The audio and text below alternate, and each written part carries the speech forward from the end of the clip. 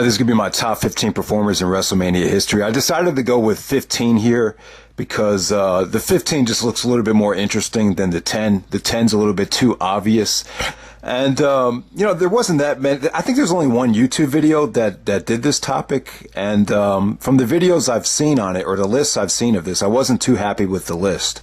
So I decided to make my own here. So at number 15, I have like a three-way tie. I'm not sure who to go with. I got Benoit, Brock Lesnar, and Jeff Hardy in like a three-way tie. You can make arguments against all of them. The thing that hurts Benoit is, he missed WrestleMania 18 with neck surgery, and then at WrestleMania 19 he had just come back and he was kind of thrown into a three-way tag. With Brock, the big letdown with Goldberg at WrestleMania 20 hurts. Him being away for so long hurt, and he's had some duds, except for the Roman Reigns match. A lot of people just haven't been impressed with his overall WrestleMania performances. But, what he has going for him is Brock did end the Undertaker streak.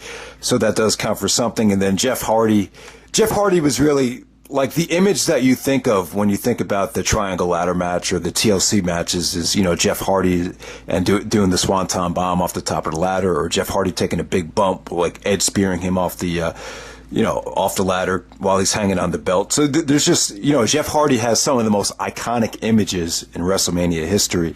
As a singles competitor, really not that much to choose from. I think he had a match with Matt Hardy that I think a lot of people forget. There was a couple WrestleManias. I think it was WrestleMania 24 where he got suspended and they had to pull him out of the Money in the Bank ladder match. So that kind of hurts Jeff Hardy. But, if I had to pick one, obviously I would pick Chris Benoit. I'm a little bit biased, but even if I'm not biased, Benoit definitely had some iconic moments at WrestleMania, particularly WrestleMania 20. I mean, you could argue that victory with him winning the title is a greatest of all time WrestleMania moment. His performance at the WrestleMania 21 ladder match was incredible too. He really made that match go. He really sacrificed his body if you think about it and go back and watch that match. His WrestleMania 22 and 23 matches against, JBL at 22, and then he had MVP at 23. They were good matches, but they kind of felt like filler. So that kind of hurts Benoit a little bit. But, honestly, you could pick either guy. Let me know who would you pick out of Benoit, Brock, or Jeff Hardy. I'd personally go with Benoit, but it's a really close one there. At number 14, I'm going to go with Rowdy Roddy Piper. Piper's contributions to WrestleMania, they can't be ignored.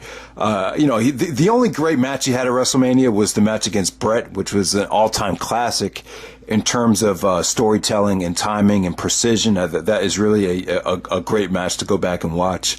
But aside from that, not really a lot of great stuff. I think Piper does deserve credit, though, for the first WrestleMania main event. He was really the heel that everyone wanted to see get his ass kicked. So he has that going for him. The stuff he did with Mr. T at WrestleMania 2, the boxing match, that was hilarious. That was a lot of fun to watch because the fans started cheering Piper. And, watching that match, it just makes the magic of the movies. It shows you how powerful the movies can be, because Mr. T looked like shit in that match when you compare to what he looked like in Rocky III when he was just annihilating, Sylvester Stallone in the ring. He looked like such a badass. But in this match, Piper actually looked like the better athlete. And then, Piper, what else did he do? What did he fight? Adrian Adonis at WrestleMania 3. The thing I remember about Piper as far as WrestleMania goes is the segment, the Piper's Pit he did at WrestleMania 5 was just hilarious as well. So definitely go back and check that out. Then he did the racial controversial thing at WrestleMania 6 against Bad News Brown. And, he's definitely, probably a lot of people won't even have him on the list, but he's definitely a cornerstone as far as the importance of WrestleMania. At number 13, I'm going to go with The Ultimate Warrior. Really, Ultimate Warrior WrestleMania 6, Ultimate Warrior WrestleMania 7. He beat Hogan at 6 to win the title. At WrestleMania 7, he had the match of the night in the retirement match against Macho Man Randy Savage. At the time, those were the two of the greatest WrestleMania matches up to that point. And, it really solidified WrestleMania as just a killer event. And, Warrior just had some big time matches, along with some big time moments at those WrestleManias. So I think you can't ignore how important those matches were. Those are the matches that made Warrior's career.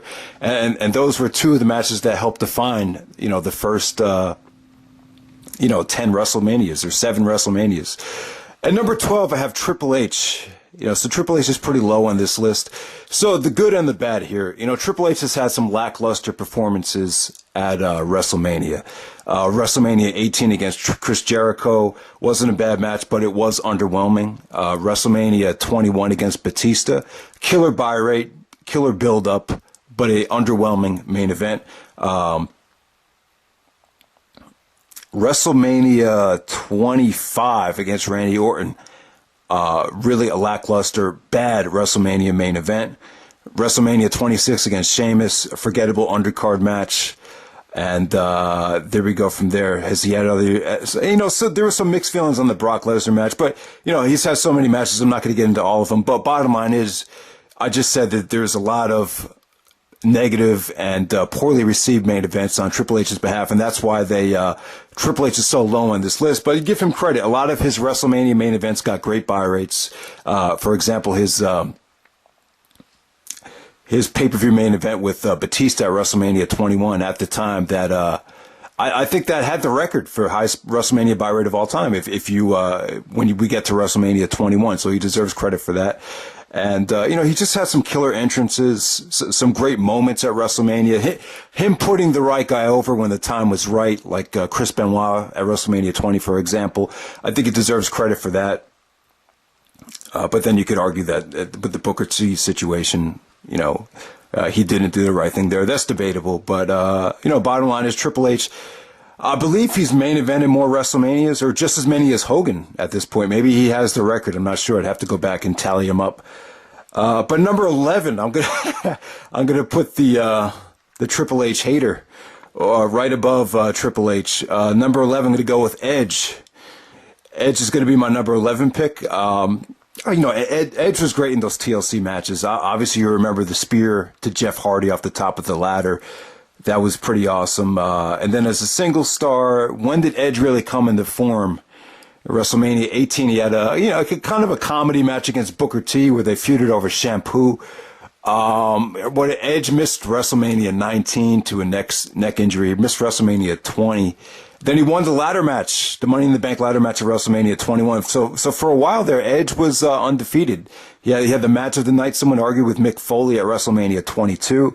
Then he had, I would say, a great main event with Undertaker at WrestleMania 24. You could argue that as Undertaker's best WrestleMania match up to that point. So Edge deserves a lot of credit there. And then he went on to kind of, headline WrestleManias in terms of being in the world title match, but not the main event for WrestleManias 24, 25, and 26.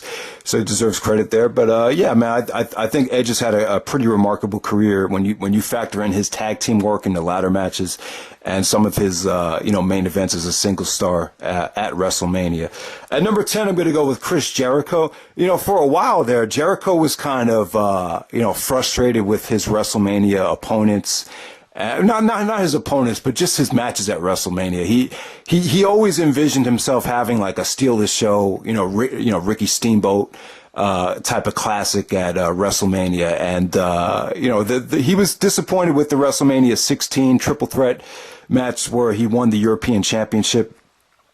The crowd was kind of out of it at that point. The match at Regal was a hot opener, but it just didn't get the time that I think he wanted. And then obviously at WrestleMania 18, they had to follow Rock and Hogan. So Jericho never really got that killer crowd where the crowd was going apeshit for, his match until the match with Shawn Michaels at WrestleMania 19, where he felt like he stole the show with Michaels. And that's definitely a WrestleMania classic. So Jericho could be proud of his WrestleMania 19 match. Another good match with Christian at WrestleMania 20. Then Jericho really doesn't, wrestle at WrestleMania until, he's not involved in another big-time match at WrestleMania until WrestleMania 26 with Edge, which was somewhat of a disappointing match to a lot of people. I actually enjoyed the match, but I could understand why if some people were slightly underwhelmed by it. But Jericho's big return to WrestleMania form wasn't until the CM Punk match. I think the match with Punk is really underrated. I think that could have been an amazing WrestleMania right there, WrestleMania 28. But, Jericho and Punk, some would say stole the show, and some would say was a better match compared to the Rock and John Cena main event. And then I thought Jericho had probably his third best WrestleMania match this past year, where he faced AJ Styles. And some people might even argue that was possibly the match of the night. The thing that hurts Jericho is sometimes when they brought him back as a part-timer, that he had to settle for matches against Fandango, and he actually put Fandango over. So a lot of people were frustrated by that. But, Jericho's track record at WrestleMania has been somewhat frustrating, but he'll get another chance this Sunday to create WrestleMania magic, and I'm definitely looking forward to that more than anything on the card. So there we go with that. Number 9, I'm going to go with The Rock, Dwayne The Rock Johnson. Rock deserves to be on this list, just for creating WrestleMania magic with Austin 3 different times, as we all know. Those are well documented. He created an incredible atmosphere with Hulk Hogan. The Rock just became a huge draw for WrestleMania, and he proved it. Greatest WrestleMania buy rate of all time with John Cena at WrestleMania 28. So I'll put The Rock at number 9. Number 8, I'm going to go with John Cena. Cena deserves to be on the list for just creating electric atmospheres. WrestleMania 22 against Triple H is where it all started, and then it continued with Michaels at WrestleMania 23. He delivered back-to-back great main events with just hot crowds, just very diverse and polarizing audiences in both of those main events. And then he wrestled in some triple threat undercard world title matches at WrestleMania 24 and 25, and then against Batista once again at WrestleMania 26, which some people could argue delivered in its own way. Wrestled The Miz in WrestleMania 27, which wasn't a great main event, but the bottom line is it drew a big buy rate because people were compelled to see what would happen with The Rock. And obviously John Cena and The Rock, WrestleMania 28 and 29, both over 1 million buys, so he deserves credit there. Then he kind of became a supporting player. WrestleMania 30 against Bray Wyatt, WrestleMania 31 against Rusev, just exciting and entertaining undercard matches there. Rusev for the U.S. title. And who'd have seen him wrestle last year at WrestleMania 32? I'm drawing a big blank right now, but who the fuck did he wrestle? Oh, no, he wasn't even there. Okay. I mean, he made a surprise appearance. He was injured at the time. But, Cena deserves credit for those electric atmospheres. What hurts him, though, is the WrestleMania 21 match with JBL, which some would consider a major letdown right there. Number 7, going to go with Kurt Angle. Angle, started off losing 2 titles at WrestleMania 16, which was a great WrestleMania moment. Really helped his character out a lot, but it wasn't until WrestleMania 17 where he had that first great match with Chris Benoit. They just went out there and wrestled the classic on the best WrestleMania of all time on the undercard. So Angle and Benoit steal the show on the WrestleMania 17 undercard. Then he wrestles Kane at WrestleMania 18, which was good but unsatisfying. Angle was legitimately upset at the time. There's a lot of people pissed off about WrestleMania 18. That's what happens when you have so much talent under one roof. All these egos collide, and you're going to get some bitter people, especially with a guy like Triple H taking the whole year off from injury and getting that main event. And then Kurt Angle goes on a good run, man. WrestleMania 19 against Brock.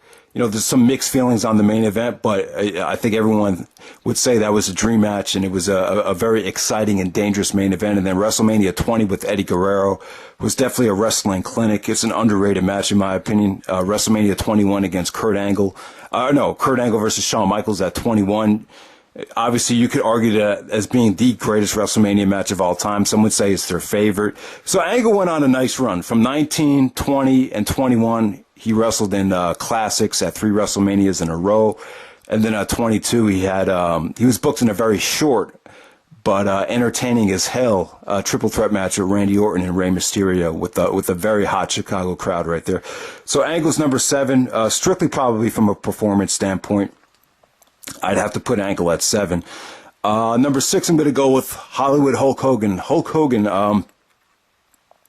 this list isn't just based on match quality. A lot of it has to do with the WrestleMania main events delivering. Now, when I say a WrestleMania main event delivers, it doesn't have to deliver from a match quality standpoint. It doesn't have to deliver from a technical wrestling standpoint.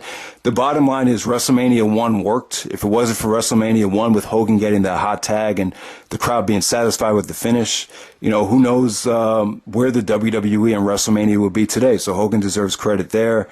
King Kong Bundy at WrestleMania 2. Andre the Giant at WrestleMania 3, largest attendance in WrestleMania history at the time, 93,000. WrestleMania 3 really put the industry on the map, some would say. And then WrestleMania 5 against Macho Man Randy Savage, that is like a classic WrestleMania main event with perfect build-up. Two guys that hate each other. Everything just came together in that match, and the buy rate proved it too. They got about 700,000 buys at the time. Hulk Hogan got a $1.2 million bonus for WrestleMania 5, so that tells you how successful he was, and the company was just clicking at that time. WrestleMania 6 against Ultimate Warrior was a classic in terms of being a WrestleMania spectacle, and then the match of Sergeant Slaughter. I thought it's not a great main event looking back on it, but it definitely delivered. You got to see good prevailing over evil. So if you were a little kid at the time and you got your parents to spend the money on the pay-per-view, I think everyone went home happy. So Hogan deserves credit for that. Then it kind of came crumbling down for WrestleMania 8 and WrestleMania 9. It was just a bad way for Hogan to go out. But he, years later down the road, he redeemed himself and he proved that he was the Babe Ruth of the WWE when he went out there with The Rock. And, fans started booing the shit out of The Rock. And, Hogan got everyone back on his side. And he created WrestleMania magic right there. Greatest crowd reaction of all time. So there. Then he had the match with Vince at WrestleMania 19, which was, 19 didn't get the buy rate that I think Hogan expected. That's why he was disappointed with his WrestleMania bonus. That's why he was bitching about the fact that he only got a $300,000 bonus for WrestleMania. When you compare it to what he got in 1989 at WrestleMania 5, you could see the frustration. It's a $900,000 decrease. But yeah, man, Hogan is when I think of WrestleMania, I hate to say it, but I think of Hogan. I really do. I even remember WrestleMania 18. You still had The Rock, you still had Stone Cold Steve Austin, but when they were delivering the when Cablevision was sending out the voicemails to promote WrestleMania, they picked Hulk Hogan. They used Hogan's voice to promote WrestleMania. So there we go with that. Number 5, I'm going to go with Stone Cold Steve Austin. A lot of people would say that Austin really brought WrestleMania back from the Hulk Hogan heyday. It all started at WrestleMania 13. Some would say with Bret Hart, and then WrestleMania 14 against Shawn Michaels. That was probably the first time since like WrestleMania 7 or maybe even WrestleMania 5 where you just had a killer babyface that was carrying the company that had won the WWF title in the main event of WrestleMania. And so yeah, man, Austin. On top of that, just he went out there with The Rock and delivered classics at WrestleMania. Besides The Rock and Michaels and Bret, Austin didn't really face that many opponents at WrestleMania. I mean, the only other guy in that mix would be Scott Hall. So that's what kind of hurts Austin to a degree, even though Austin has had probably the greatest WrestleMania matches of all time, probably 2 of the top 3. He's a little bit lower on the list than you would expect because he just doesn't have the variety of opponents that some of the other guys have had. At number 4, I'm going to go with the Undertaker. I have the Undertaker at 4. I got Taker at 4 because he got off to such a slow start. I mean, there were so many bad Undertaker matches that you can't ignore it. I mean, the Giant Gonzalez match at WrestleMania 9 was crap. He missed WrestleMania 10 and 16. He had a bad match with King Kong Bundy at WrestleMania 11. It wasn't until the match with Kane at WrestleMania 14 that you would say the Undertaker finally had a good match at WrestleMania. And then at WrestleMania 17 against Triple H, That was more so Triple H just being in his prime and finally carrying Taker to a great match before Taker finally got back in shape. But as far as the Undertaker, the match with Flair was good too. Some people would argue that the Flair match was probably the match of the night from WrestleMania 18 from a match quality standpoint, depending on how you feel about Rock and Hogan. But, the Taker, I would say, you could argue that the Randy Orton match at 21 was kind of the start of his hot streak with WrestleMania, great matches. But then you have the Mark Henry dud at 22. So then you go to WrestleMania. And I would say WrestleMania 23 is where it really began for him, as far as, putting Taker in contention for the greatest WrestleMania performer of all time. It starts with the Batista match. I don't think anyone envisioned Taker and Batista being that good. It really over-delivered. And then the match with Edge at 24 was great. Then you got back-to-back classics with Shawn Michaels at 25 and 26. There you go. And then back-to-back classics again with Triple H at 27 and 28. And then bang, all of a sudden it's like, Taker's been just on a roll. And then him and CM Punk, most people thought those guys had the match of the night at 29. And that was like the end of it. The match with Punk was like the last great WrestleMania match that The Undertaker had. And then, he puts over Brock the next year. And then it just kind of becomes pointless. The Bray Wyatt match was kind of underwhelming, not a lot of interest. And then last year, the Shane McMahon match, even though Shane, put his body on the line and risked his life, it seems like some people just kind of look at that match kind of negatively for how dry it was during the dull parts of it. So I have Taker at number 4. Just too many bad WrestleMania matches before his hot streak really took off. But he deserves credit, man. I mean, the WrestleMania streak and the record has really been the selling point for WrestleMania over the last decade. Number 3, I'm going to go with Bret the Hitman Hart. We forget how important Bret was to the company when he was a tag team wrestler too. I mean, he was involved in some great tag team matches with the British Bulldogs. I think it was WrestleMania 2 and WrestleMania 3. He was in some 6-man tags with the Bulldogs. And at WrestleMania 4, he was in the Battle Royal where he did that segment with Bad News Brown where he destroyed the trophy. That was a great WrestleMania moment. And then, the tag match with the Nasty Boys at WrestleMania 7, that was Bret's last great tag match. That was a good tag match at WrestleMania 7 when Bret put over the Nasty Boys. And then he won on a great streak. He had the great match with Piper at WrestleMania 8, main event WrestleMania 9 against Yokozuna, and WrestleMania 10 against Yokozuna where he wins the title, which was a great moment. And, the classic with Owen at WrestleMania 10. So WrestleMania 10, WrestleMania 12 against Michaels, and then WrestleMania 13 against Stone Cold Steve Austin. You could argue these as the 3 greatest WrestleMania matches of all time. So Bret at WrestleMania has been superb, as we all know. And at number 2, I'm going to go with the Macho Man Randy Savage. Savage has been, during the first 8 WrestleManias, it's by far Savage is the MVP of the first 10 WrestleManias. Let's go back that far. He was the best performer without a doubt, and deserves credit for really making WrestleMania what it was. I mean, him and Ricky Steamboat went out there at WrestleMania 3. They changed the game as we would know. Then at WrestleMania 4, he wrestles 4 different matches and he wins the title from Ted DiBiase in the main event of what would have been, if it wasn't for Savage at WrestleMania 4, WrestleMania 4 would have been known as the worst WrestleMania of all time. The only thing that saves that show from being complete utter shit is, Savage. That's when he was in his prime. And this guy wore the title very proudly, man. He took this title very seriously. He treated it like he was a real athlete. And that's what I love about it. And, the match with Hulk Hogan at WrestleMania 5, like I said, that had great build-up. That was a heated feud with a lot of tension and just very serious, very soap opera-ish, but it still worked, man. It was great. That is a classic build right there. Then you go to WrestleMania 7 where he has the match of the night against the Ultimate Warrior, carries Warrior to an incredible match there.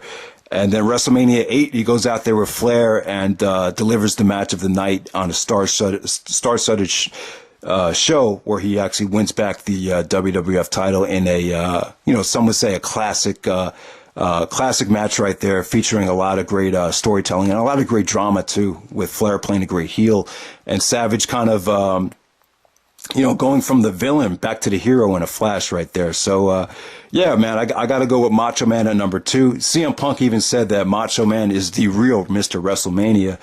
But I have to say the real WrestleMania to me is still Shawn Michaels. I mean, you could say, winning and losing is important in professional wrestling, but winning and losing is more of a booking issue than a performance issue. We're talking about strictly performance here, and there's been no better consistent WrestleMania performer than Shawn Michaels. I mean, check this out. I mean, Bret Hart and Shawn never got along, right? But at WrestleMania 12, before the match, Bret was saying in his book that even though him and Shawn were struggling at the time, he couldn't do anything. Bret Hart is a competitor too. I mean, this guy cares about having a great match, but he had to step aside and say to himself, I cannot believe how focused this guy is. Because Michaels, he gets into that zone when you're, before WrestleMania, and it's kind of like this zone where you just need to be by yourself, and just focus on what you're doing, and like nothing else in the world matters. And, it's just, he even talked about it. And, Michaels, just goes to this place where he just becomes a Superman. And, that's what he's been doing. WrestleMania 9 against Tatanka, that match right there, unintentionally was match of the night. It wasn't anything special. It was a DQ, but it still ended up being a match of the night by default. So you could argue from WrestleMania 9 all the way up until what was Michaels' last WrestleMania? 26. From WrestleMania 9 to 26, Michaels has had the best match at every WrestleMania that he competed in, without a doubt. I'm not going to go through all the matches right there, but it all started with the Razor Ramon spectacle at WrestleMania 10. Then he had the classic with Bret at WrestleMania 12, the Iron Man match. And then, I think him and Austin had the match of the night at 14, even though his back was all fucked up at the time. Michaels and Austin still created a memorable main event, given the circumstances, without a doubt. But it's remarkable because it wasn't until Shawn came back that he, labeled himself Mr. WrestleMania. He had the match against Jericho at 19, and then the triple threat at WrestleMania 20.